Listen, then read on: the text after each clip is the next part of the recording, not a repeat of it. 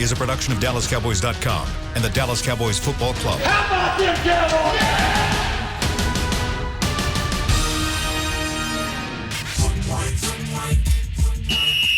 Let's go, baby. Are you ready for a break? Yes. Are you ready for a break? Absolutely. Ready for a break? Yeah, and so much for that. It's time for The Break on DallasCowboys.com. We were on the break! With Nick Eatman, David Hellman, Ambar Garcia, and Derek Eagleton. Hello, guys. Welcome back to The Break. I'm Ambar Garcia, joined by Nick Eatman, David Hellman, and Derek could not join us today, but we do have Bucky Brooks here with us. He's a former scout. He's an analyst for the NFL, for the Dallas Cowboys. He's been writing scouting reports for us for a while now. And, you know, welcome to the show. How are you doing? I'm good. Thanks for having me. How's everything? You know, and also Bucky played for the Green Bay Packers and played when Brian Broaddus was there. Broaddus was a scout there. Isn't that the connection you guys have? You were there at the same time? Yeah, we were there at the same time. So Brian Broaddus was working in the pro department when I was scouting. So I was there from 95 to 97, parts of 3 seasons. And so our paths initially crossed then, and then we always maintained some kind of relationship thereafter. That's awesome. We are going to get to some of your scouting reports because you've been scouting all of these guys that are coming into the teams, the new guys, the free agents that have come along. So I do want to get into that in a bit. But before we get into Cowboy stuff, I mean, there is something that we cannot just be blindsided by everything that's been happening around the world currently and in the United States. And it's a very, very tough situation. And I just wanted to bring it up here a little bit just so we don't act like nothing is happening in the world. It's a very tough situation with everything. And from my stand, I know that everyone has different opinions. And from my end, you know, being part of a minority group, I see what is happening. I feel what is happening. And I just want to say, from me, I am doing everything that I can to support, to sit back, listen, and then take action and educate myself. I don't know if you guys want to speak on your own behalf, but as of right now, I think it's a moment to really come together and be one. Yeah, that's well said. You know, I think that, you know, in life, everybody has different agendas, and you know, you can tell that people want certain things for certain reasons. And in this case, in my opinion, I think we all should have the same agenda on this one. This is, you know, this isn't just one person's problem. This isn't just one person's fight. It's all of our issues. It's all of our fights. And I know that, you know, and I had to come full circle with that as well. And I've had some discussions with people, and it kind of helped open my eyes a little bit about how much voice that everybody has, including, you know, myself, Dave, and people of the majority, because those are the people, in my opinion, again, those are the people that are really going to help make a change. So, you know, and again, I know that we're here to talk football, but like she said, this is bigger than football. Well, I mean, it's bigger than football, but it's obviously, you know, football is wrapped up in just like everything else in this country. I don't know if y'all saw this. Literally, maybe 10 minutes before our show went on the air, Dak Prescott made a public statement about George Floyd, about racial injustice in America. He's pledging $1 million to improve police training and fighting systematic racism. So, I mean, whether you want to hear it or not, football is part of this. And I mean, Dak is one of countless figures in football that have spoken out about this. And there's no way to avoid it. Nobody should be trying to avoid it. You know, if that's not something you want to hear, I'm sorry about it. But that is the fever pitch that this issue has reached in our country. It's irresponsible to avoid it at this point. I think what you're seeing in locker rooms across the country, you're seeing guys who kind of are shedding light on their experiences. And many of them have shared experiences because, unfortunately, sometimes being young, rich, famous, it doesn't protect you from some of the things that you may encounter out in the world. And I think because of the platforms that athletes have, they are the ones who can kind of drive and enact change. And Nick and I had a conversation offline where we were talking about, like, part of the reason why we're seeing so many of these things and like with the pandemic and everyone being home and videos and seeing those things, like, we're being exposed to a lot of things that we probably would pass by in our normal circumstance. But because sports has halted and everything else has kind of hit the pause button, we're being exposed to more of these things. I think the good thing out of all of it, we're seeing that the huddle responds in kind. We're seeing players of all races and ethnicities come out and talk about those things. And so even though something negative has happened, I believe something positive, a greater good is going to happen out of all of it. And I think sports is going to be the driving force of that change. You know, and I know that, and Buck, it's the first time you joined our show, but if you know Dave Hellman at all, you know he's a huge LSU fan and a huge fan of Joe Burrow. I think Joe Burrow got a lot more people that aren't just Bengals or LSU fans over the last few days, because it is going to be people like him to speak up like he did just the other day. And so, you know, I was proud of him for doing that. You know, he could say, I'm just a rookie trying to figure myself out.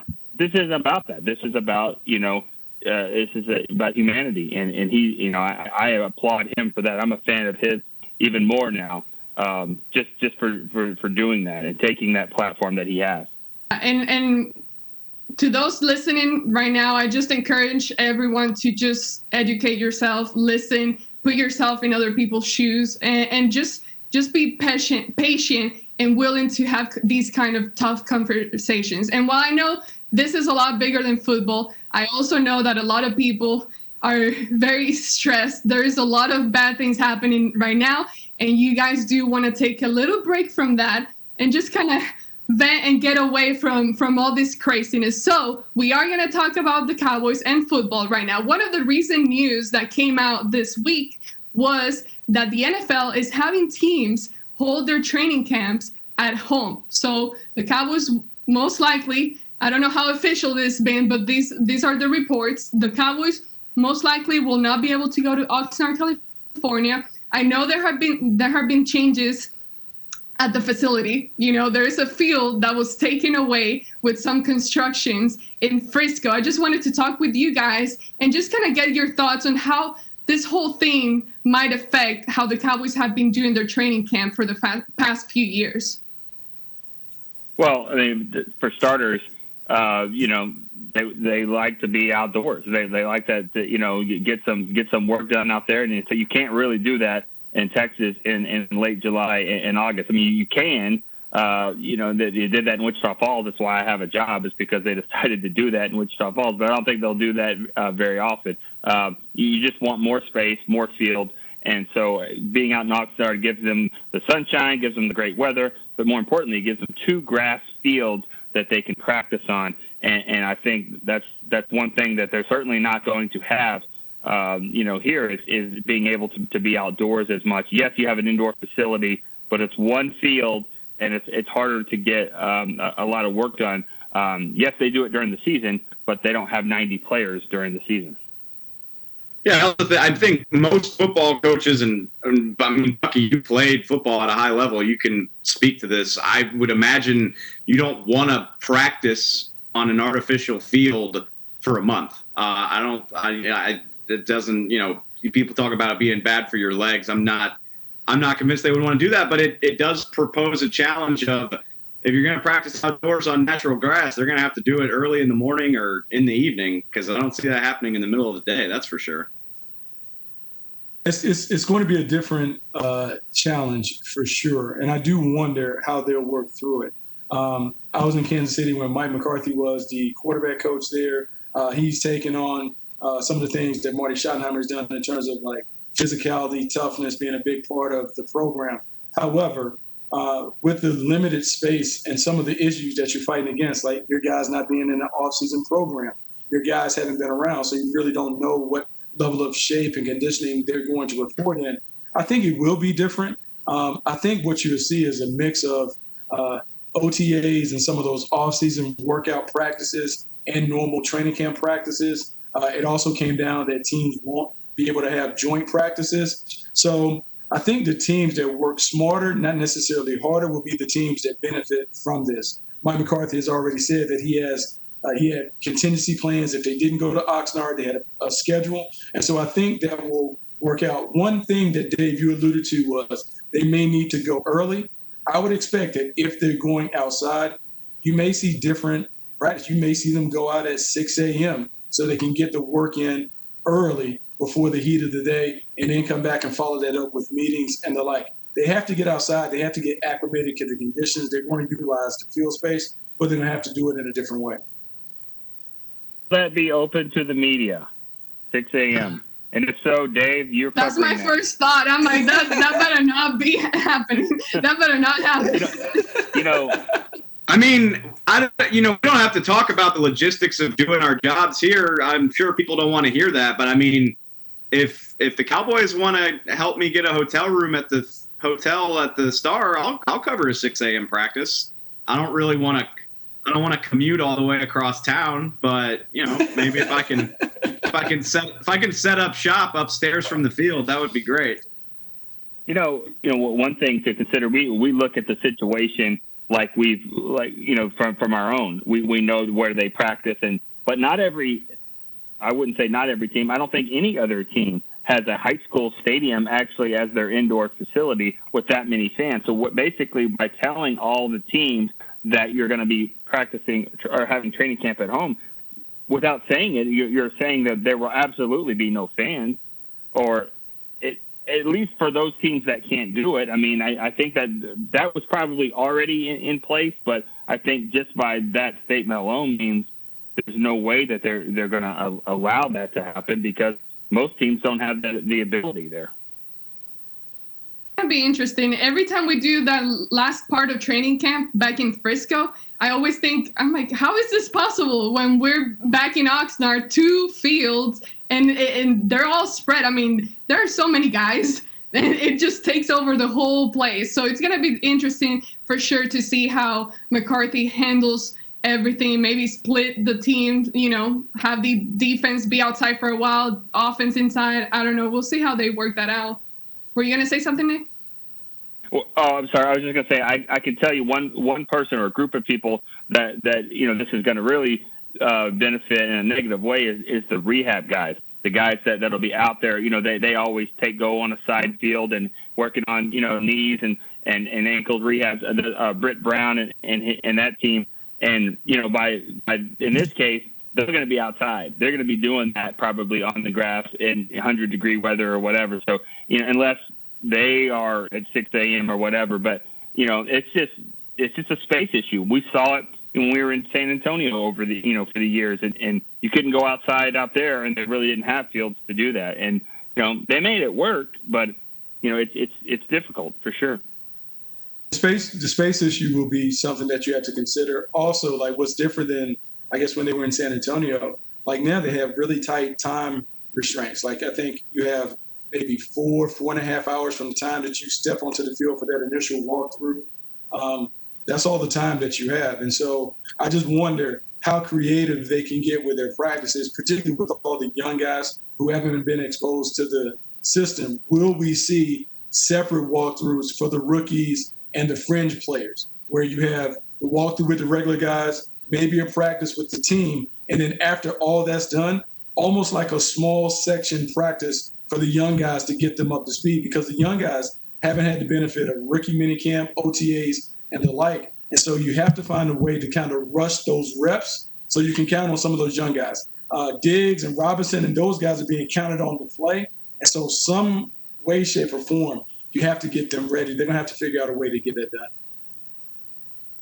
That's a really interesting point. I mean, it kind of gets lost in the shuffle, but even during OTAs and during this time of year when you're doing teaching sessions, like the rookies typically stay later than everybody. Like they go through afternoon walkthroughs, they have extra meetings, obviously because the vets don't need it as much.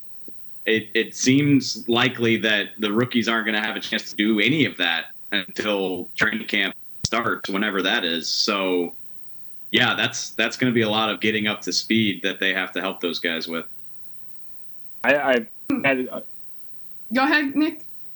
I just said we had some mailbag questions about veterans versus rookies and who's going to have an advantage, to making rosters. And it just doesn't seem like it's even close right now. I mean, I see, there will be veterans that have that upper hand because they understand terminology, they understand schemes and concepts way more than rookies. I mean, if you're a high draft pick, obviously you're going to make the team, but I think it is going to be a challenge for an undrafted rookie to really make a splash because they're going to have to do all of their work at training camp, and they haven't had this off season to really start turning heads. I mean, I think of Luke Gifford. Luke Gifford, by the time we got to training camp, he was a guy we already kind of liked and seen what he's done. At this point, these undrafted rookies haven't really done anything.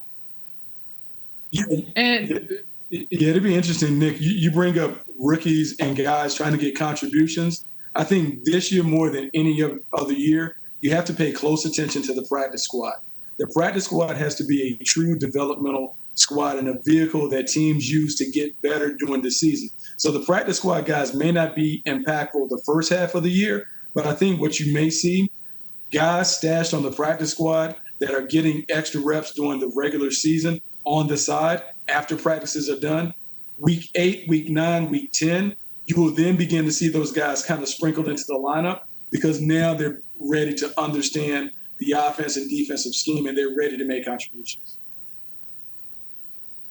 I wanted to ask you, since you guys have been talking about these rookies and younger guys, Bucky, you've been doing scouting reports on a lot of these guys, and I just wanted to ask you, after watching so much film of each one of guys, who would be a guy? Do you have somebody that's a, what do you guys call it? A pet cat, a cat pet? What's the American saying? A cat pet.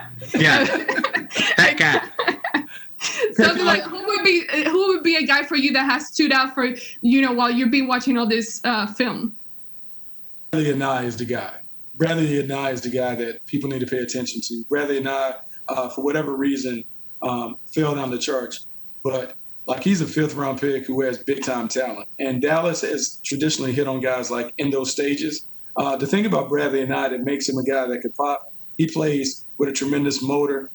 He has natural rush skills. He has a violent temperament on the field, and that kind of plays really well. Also, with Mike Nolan coming over and the hybrid scheme that they're going to use, he is a perfect fit to kind of fill one of those voids as a stand-up player that plays off the edge.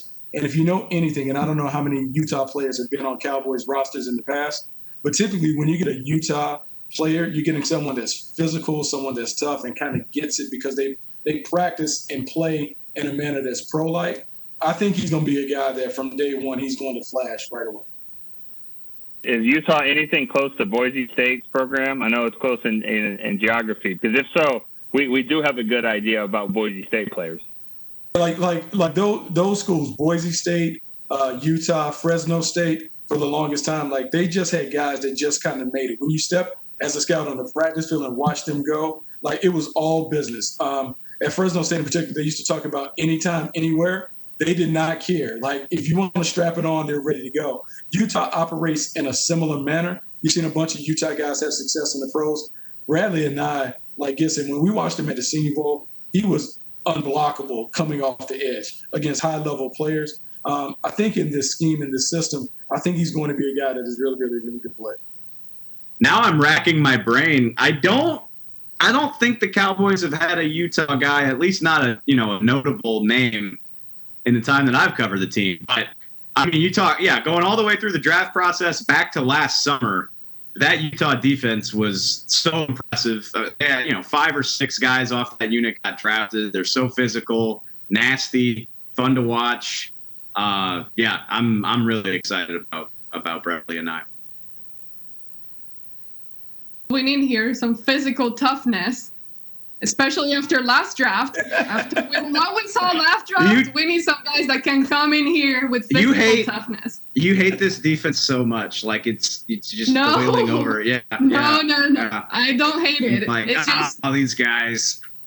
Gotta be tougher. Gotta tackle. Gotta hit it. And like I said, especially after what we saw from last draft, I think that a lot of people might probably agree with me. You need guys that are able to come in and actually be bringing something to the table and not some people that you completely forget about. Last year, the only person I kept reminding myself that I could remember the name was Tony Pollard. Other than that, I would have to be like, who did we draft again? So don't mistake me. Everybody agrees with you. Like, after every show, everybody's in my mentions talking about how you speak for the fans. So you're 100% right. Gosh, I started sweating. I already started sweating. I get so emotional. I know. Well, here's the thing that is different. And like Mike McCarthy talked about it in the opening presser when he talked about players over system. When you let the system lead, sometimes what you do is you bypass good players to get guys that kind of fit the system.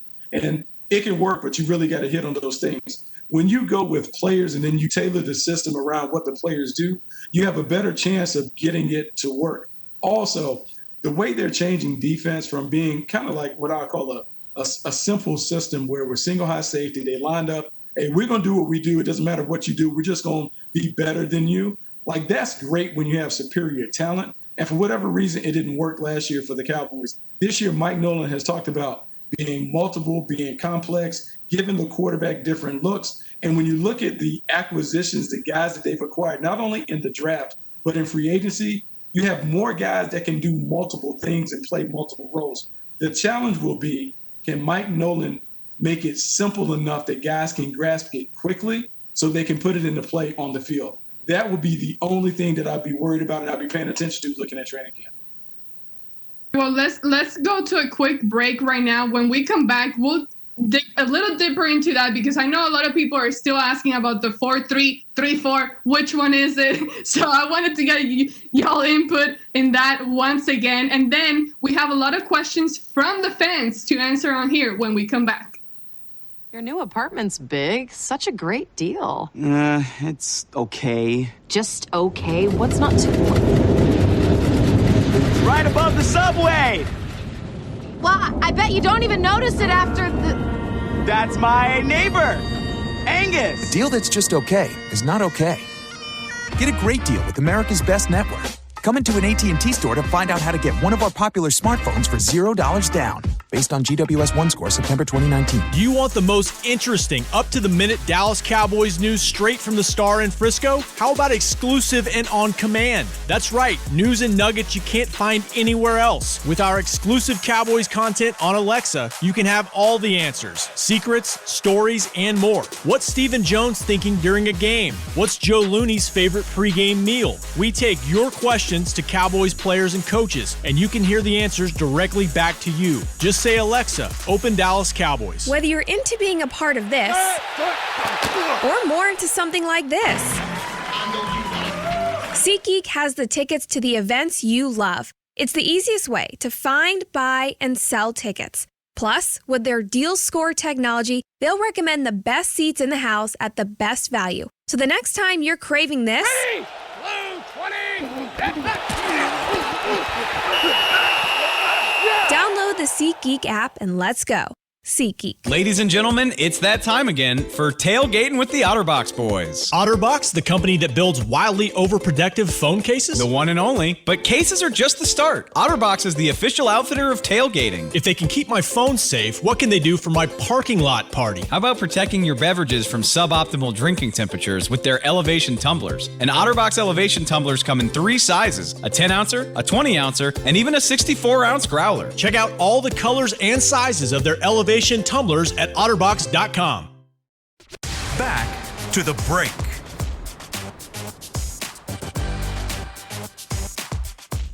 Welcome back, guys. We have Bucky Brooks joining us in today's show. Hopefully, he can answer this big question that a lot of fans want to know. What is this defense going to be? A 3-4, 4-3? Which one is it? I don't know why people care so much, honestly, but just go ahead. I'm going to let you go ahead and speak about it to hopefully bring some reasoning to this whole mess.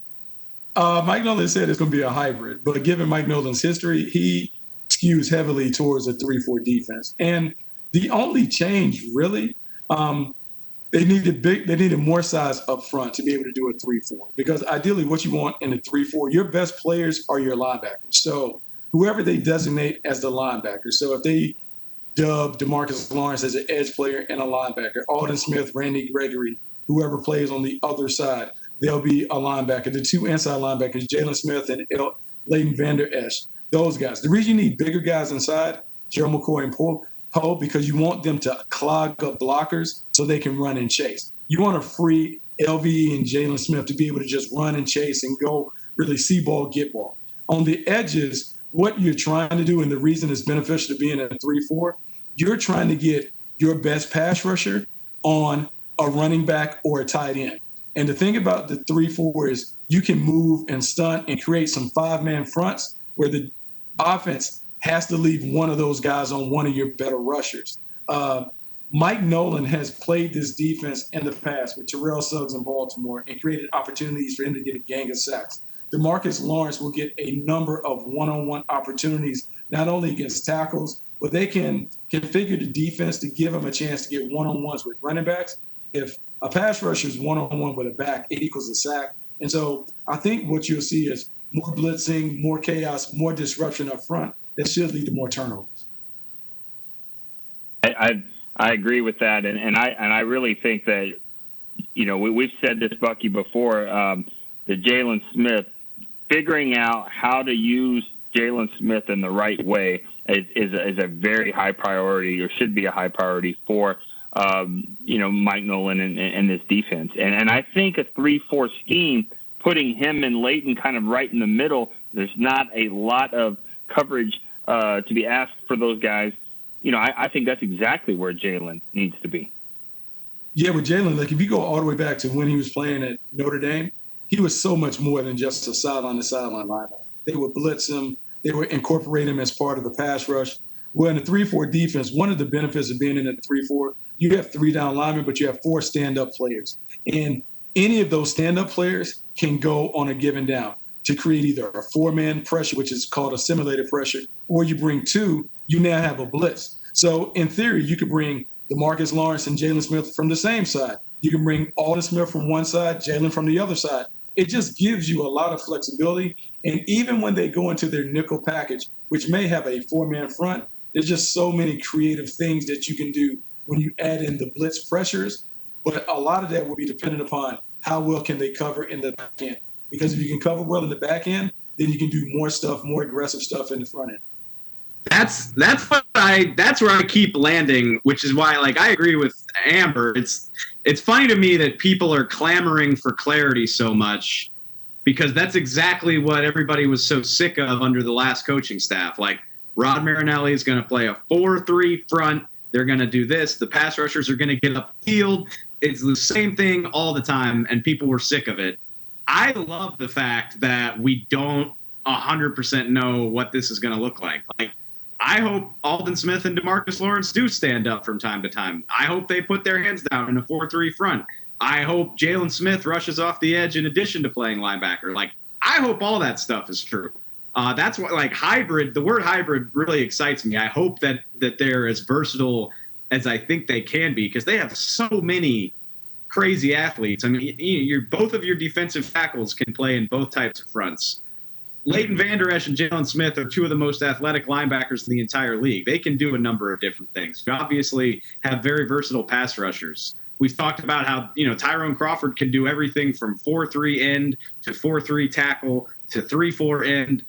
There's so much versatility. If you're not doing a little bit of everything, then I'm not sure you're capitalizing on your talent. So I'm really excited that we don't know for sure what it's going to look like, because it could look like a lot of stuff. Could be a bunch of stuff up front, the versatility that they have, because in studying the roster and studying the lineup, you're right. Tyrone Crawford is the wild card, because Tyrone Crawford started at end, but he can kick down inside and be a 3-4-5 technique, meaning he plays over the shoulder of the tackle.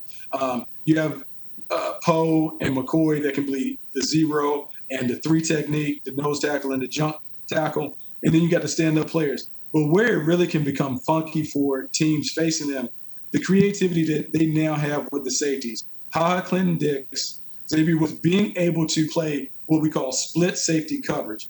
If you go back in the classic yesteryear when everybody loved the Cowboys in the mid-'90s, they played a lot of quarters, meaning that if you basically just divvied up the field in quarters, the corners had the outside quarters of the field, the safety plays the inside quarters. Well, now with Clinton Dix and was being able to kind of rock and roll and play some man coverage and do some of those things, you now can have the 9-man fronts against the run, but you can play quarters coverage in the back end. And the other part of that, you can play quarter, half, which means that when they're facing the teams in the NFC East, and if there's a stud wide receiver, they can now roll up and basically double team that side, and the other corner can play man-to-man. It is almost the old Deion Sanders defense. If they have a corner that stands out, you leave him locked up on the outside by himself, you roll the other way, and you dare the quarterback to find a third option. If the Cowboys can evolve to that kind of defense while bringing pressure, now you're able to suffocate opponents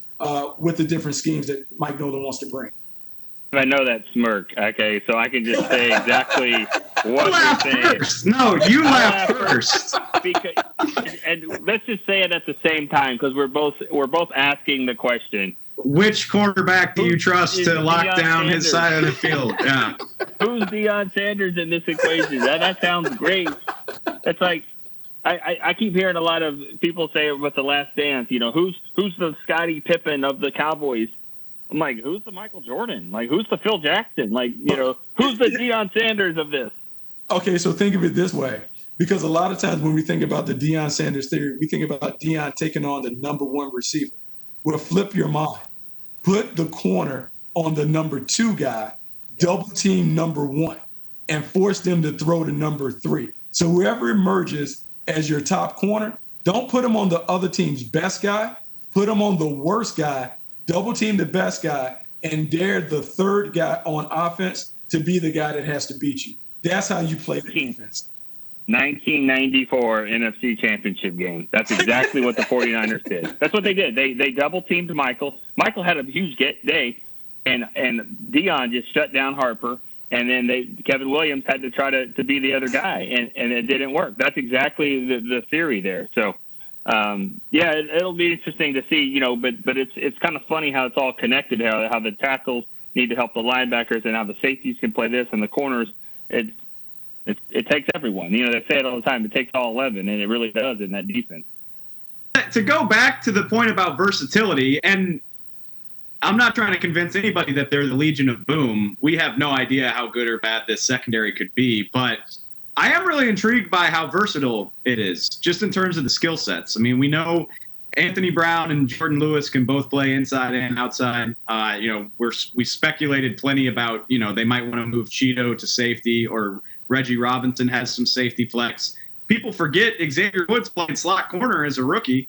And Clinton Dix has also played a number of different spots. You know, I don't believe he's played a ton of corner, but he's handled multiple responsibilities as a safety. So, yeah, a lot of guys that can do a lot of stuff. Oh, and Worley as well, yeah. Worley's played safety and corner as well, for sure. Yeah, so now the beauty of that, the coverage and what we're talking about, so whether it's quarter, half, or whether it's just true quarters. So the thing that you saw in the offseason, the guys that they brought over, Diggs and Robinson's, long, versatile in terms of being able to play press, bail, and off. They get their hands on the ball.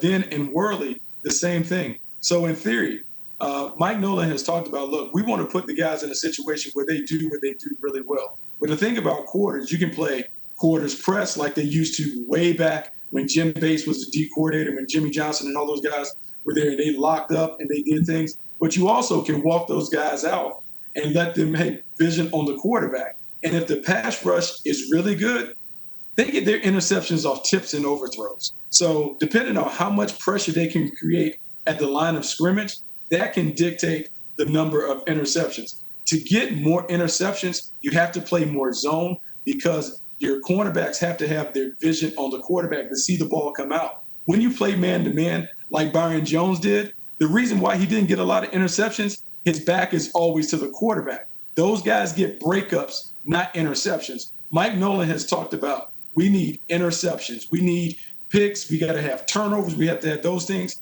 He is going to play so they can see the ball come out, a little more zone, a little more stuff that gives his guys an opportunity to get those takeaways.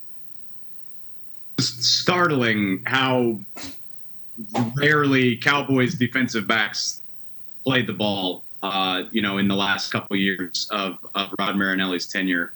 I think it's probably one of the like top 5 complaints from fans and media about the way the Cowboys have played over the last few years. So, it's exciting to think that they might unleash these guys a little bit. Well, and another thing is, I remember last year when we were about to face the Patriots, and I remember asking you guys, I'm like, okay, what makes the Patriots so good? And one of the things that you guys talked about was the fact that they change things up every week based on their opponent. So to me, when you talk about, okay, what are you? What kind of defense are you? Why do you need to be defined by something? Why can't you just change it? I mean, as a football, I've never played football, but how hard is it to change it every week depending who your opponent is? And hopefully you can comment on that as a former player, because I haven't been on the field playing, but really, how hard is it to switch it up? Hey, I tell you, go ahead. I'm sorry. I don't want to cut you off, Bucky, because you're going to have a better answer than me, but I'll say this, that Bill Belichick didn't just do this overnight. When he is looking at players, he's not just looking at 40 times and all that. He's looking at guys that are smart, that can understand concepts, understand. A lot of teams just say, he ran a 4.28, I got him. Where this guy ran a 4.4, but he's a very intelligent player. He's very versatile. He understands schemes, and so he can make a change on a Tuesday and Wednesday in the middle of the week. We've had players on this team, I don't want to name names, we had players on this team for 8 or 9 years that could never really play a different position. And so that stuff matters, and you have to have the players that can adapt. That's a great point, Nick. With the Patriots, they always, if you looked at them, they always skew towards veteran players. Why? Because veteran players are experienced. They played in adult systems. It's easier for them to get adjustments on the fly because they've been exposed to a lot. When you have young players, sometimes it's hard to overload them with a bunch of different changes and adjustments because as they're thinking, they can't really play. With the Cowboys, and Mike Nolan said this, he's like, if you want to create takeaways, you have to get guys that have a history of taking the ball away. So you got to look in their background as college players. Did they get their hands on the ball as collegians? Byron Jones didn't get his hands on the ball a lot when he played at UConn. So to expect him to be a high turnover guy, that's an unreasonable expectation because he's not going to play like that. When you look at Reggie Robinson, he has 7 picks. You saw Diggs, he has 7 or 8 picks in his career. You've seen those guys come down with interception. So you understand, these guys can catch the ball. Maybe they play wide receiver. They understand it. The thing that is the challenge in trying to do a lot of different stuff, what can your players handle? And so Mike Nolan, without the benefit of an off season, he's going to have to experiment. The first quarter of the season may look ugly on defense while he's trying to figure out what guys can handle and process and do. And then as he narrows their focus and says, okay, we can play this handful of coverages and stuff, we're just going to major in that. That is the trick. Marinelli and Chris Richard, they tried to say, hey, we're only going to do this, so you're going to do it over and over and get good at it. It can work. It didn't work last year, but for Nolan to be able to pull this off, he's going to have a clear understanding of what his guys can handle from a mental standpoint. All right, so what I got from that is just get smarter and more experienced players. That was what I got from that whole thing. But you've seen that, though. You saw them. They got a Worley. They got Hot. No, makes sense. Makes sense. They brought Kennedy over. Trayvon Diggs played in a system that was multiple at Alabama. You can say the same for what Robinson played in Tulsa. They're used to playing in systems that require them to do a lot of thinking, a lot of changing and adjusting. Now, we are about to go to break here in a couple of minutes, but real quick, before we go to break, I did want to ask you about the free agent guys. You talked about the rookies and the guys that you've done all these scouting reports on, but what would be a free agent veteran guy that has caught your eye? The most important free agent that they signed may be Cameron Irving. And the reason why is he's a jack of all trades. He can play all 5 positions along the offensive line. In the case of an injury, he could be the swing player that has to go up and play. And because he can play anywhere from left tackle, guard, center, guard, outside, he is a very valuable player. And it's one of those signings that everyone would kind of shrug their shoulders in the offseason. But when you get to the mix down the stretch, week 10, 11, when you have injuries, having a player that can do a bunch of different things could be a huge asset. He is a very, very valuable piece that they brought on. That's not the guy I was expecting you to say. And so that's interesting. And you're right, though. Joe Looney was that guy. He was that backup to 2 or 3 spots. And if he has to start now, Cameron Irving is the guy you want your backup lineman. Even though they've changed the rules that you have to have 8 guys active, you still would like to have a guy that can do multiple things like that. I think that's a great point. I was trying to figure out which defensive guy you were going to throw out. I thought you might say Kennedy. Honestly, I think he's an unforgotten player because he is going to be a key core member to the special teams. Maurice Kennedy. He absolutely. He has to be. They have to be better in special teams. And here's the thing: without OTAs and all this thing, you cannot put young guys on special teams because early in the year you'll see a block punt, you'll see a punt return, you'll see a kickoff return, something that ultimately decides the game. You need to have veteran players that really want to be special teamers on your special teams. He is a core player. I think he should ultimately emerge as a special teams captain. His ability to make plays in the kicking game could decide a game or two. And so keep your eye on him and figure out which other guys that are backup players can emerge and really make solid contributions to the kicking game. Which, it's ironic. Like, I'll eat some crow as a writer. Like, you go back a few years, we used to kind of dog the Cowboys when Rich Bisaccia was the special teams coordinator. Like, he had like 7 guys who, the core special teamers didn't do anything else. And you're whether it was Kyle Wilbur, James Hanna, Jeff Heath before he got the nod to be a starter. We were like, how many? With Andrew Gashkar is another one. Andrew Absolutely. Gashkar, Like, yeah. How many of these guys that don't play offense or defense do you need? Well, they all left and joined Rich in Oakland, and the Cowboys special teams got really bad.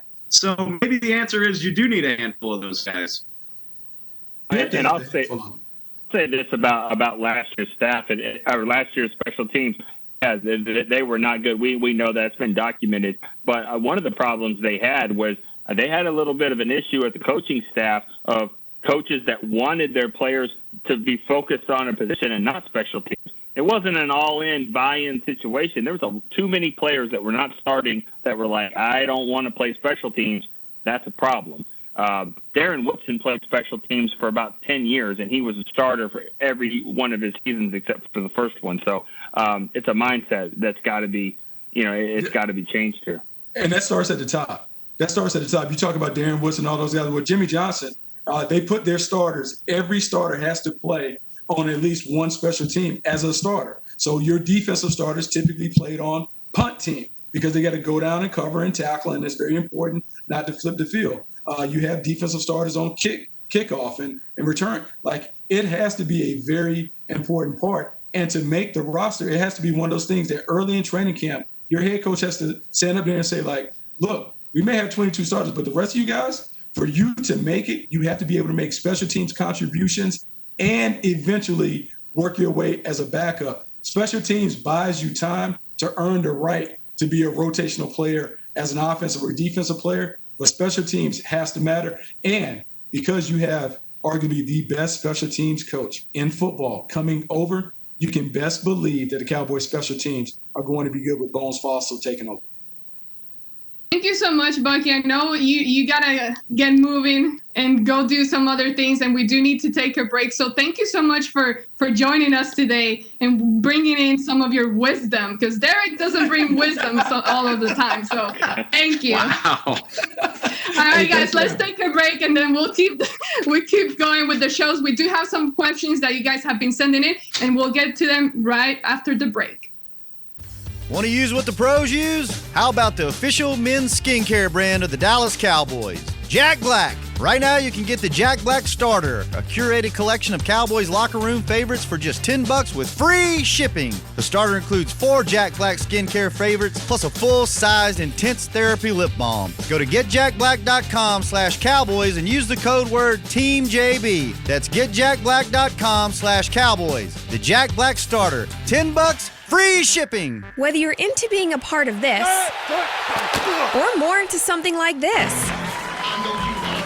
SeatGeek has the tickets to the events you love. It's the easiest way to find, buy, and sell tickets. Plus, with their deal score technology, they'll recommend the best seats in the house at the best value. So the next time you're craving this, Ready? Blue 20. download the SeatGeek app and let's go. SeatGeek. I'm Jay Novacek, former tight end for the Dallas Cowboys. Back in the day, I was the guy who always got the tough yards, and that's why I run with John Deere today. In fact, I have a John Deere 3025E tractor that can handle any yard work I need to do, even the tough yards way out back. So if you have 1 acre or 1,000, John Deere has the equipment that's just right for you. Visit a John Deere dealer today and run with us. We are the official tractor provider of your Dallas Cowboys. Your new apartment's big. Such a great deal. It's okay. Just okay? What's not to... Right above the subway! Well, I bet you don't even notice it after the... That's my neighbor, Angus. A deal that's just okay is not okay. Get a great deal with America's Best Network. Come into an AT&T store to find out how to get one of our popular smartphones for $0 down. Based on GWS 1 score, September 2019. Back to the break.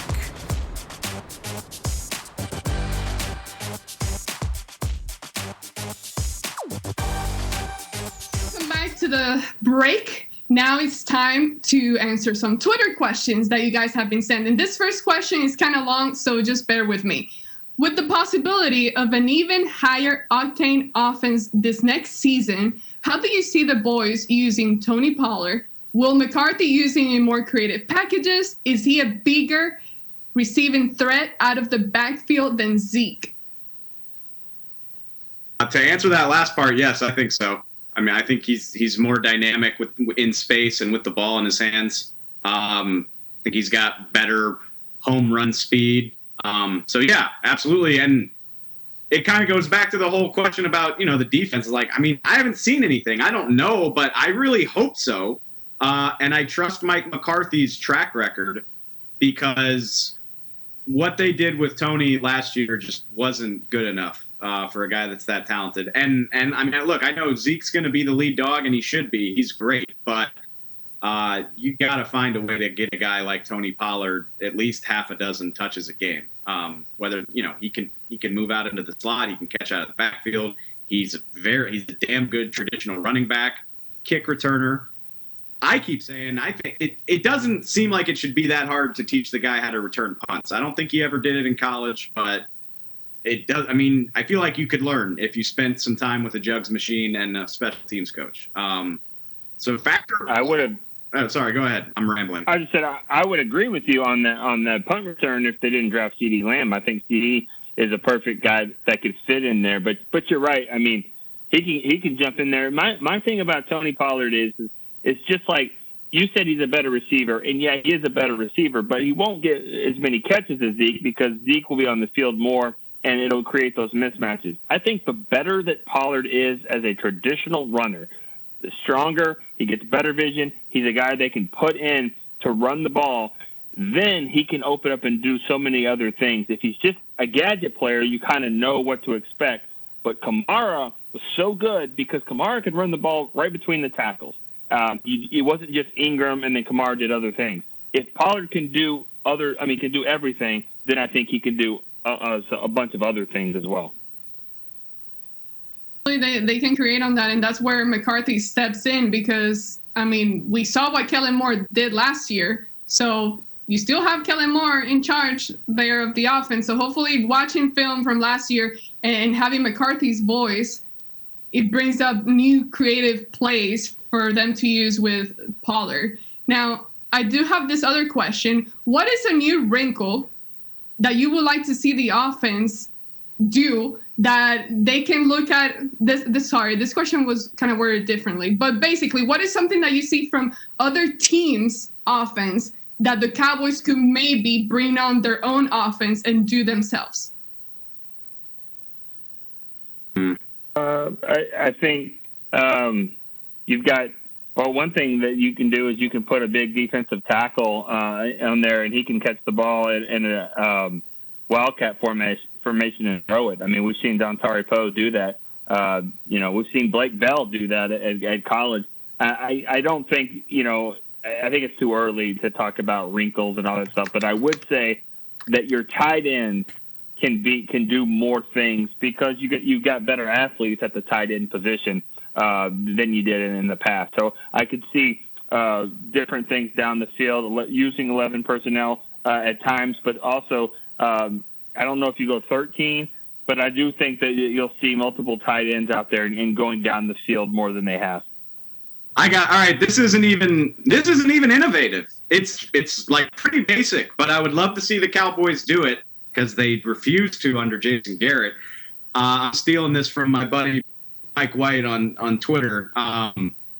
They ran upward of 60% on first down in the vast majority of their games last year. It was even as much as 80% in a few of their games. If you remember, they just refused to do anything but charge Zeke Elliott into the line on 1st and 10 against Minnesota all night long. It was the only thing they did.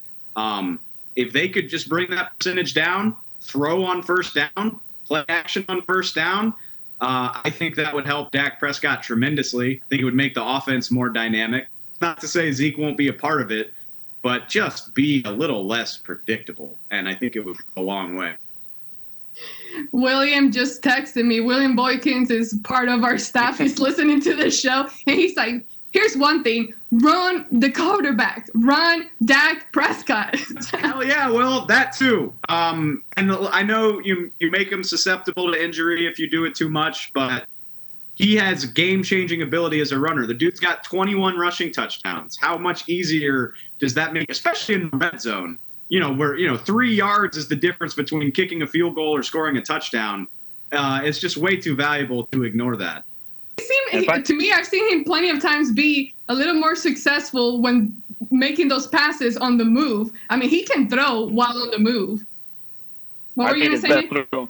Well, I was going to say, if I know William at all, he's probably trying to get the WebEx link to join us and replace Bucky. But no, I think Dak's best throw ever, and Dave, I think will agree, was the one that he threw to Cole Beasley at the end of the Giants game and at the end of 2018. Rolling left, throwing to his right, 35 yards down the field to win the game or to save the game and then win it with the 2-point conversion. You're right. He's strong enough where his body doesn't always have to be set perfectly to make that good throw. People are still wondering about what the Cowboys are going to keep doing in free agency. We know that free agency technically isn't over, There's player acquisition all throughout the year, as we hear from Stephen Jones all the time. So are you guys hearing anything, or do you expect any of the Cowboys to bring in another player during free agency that could come in and help at a certain position? Let me guess. Let me get one guess of who they want because he's still out there. Go ahead, Dave. I mean, you're thinking Clowney, but don't forget about Everett and Griffin either. They're both still out there. Yeah. What's Clowney asking for? I mean, $40 million a year. Like, what's he asking for that nobody's putting him on a team? I think he's probably made peace with the fact that he's not going to get what he wanted when this all started. And at this point, I don't know exactly what he's waiting for, but I assume he's got a handful of offers. And I mean, it's not like he's really missing anything by not signing yet.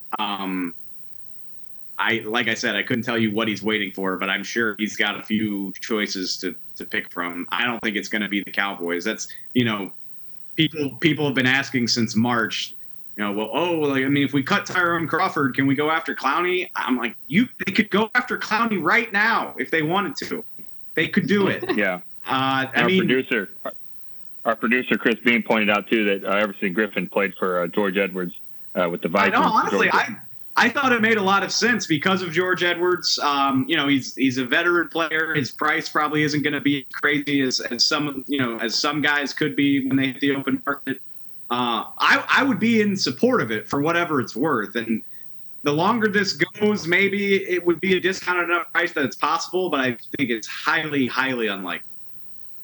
And I don't think that, thinking about what Zimmer used to play, I don't think it would be the same type of scheme now. Again, like we said all along, just get the guy in here and let's see what he can do. I don't know exactly what Everson Griffin body type is, but I'm sure they can find a place for a good football player. Whether between money, mainly money, because like Jadeveon Clowney can do whatever you want. I mean, he can play. He's a scheme-proof player, I think. But I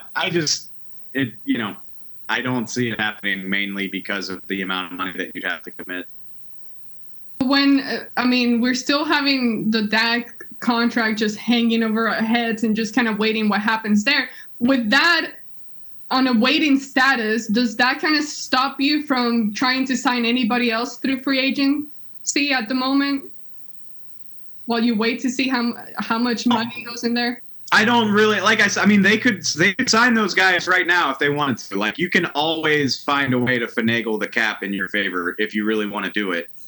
Dak's negotiation isn't stopping them. They just feel fine with what they have. Like, they think the world of Aldon Smith. They're very excited about that potential, and he is costing like a fraction of what they would have to pay Jadeveon Clowney.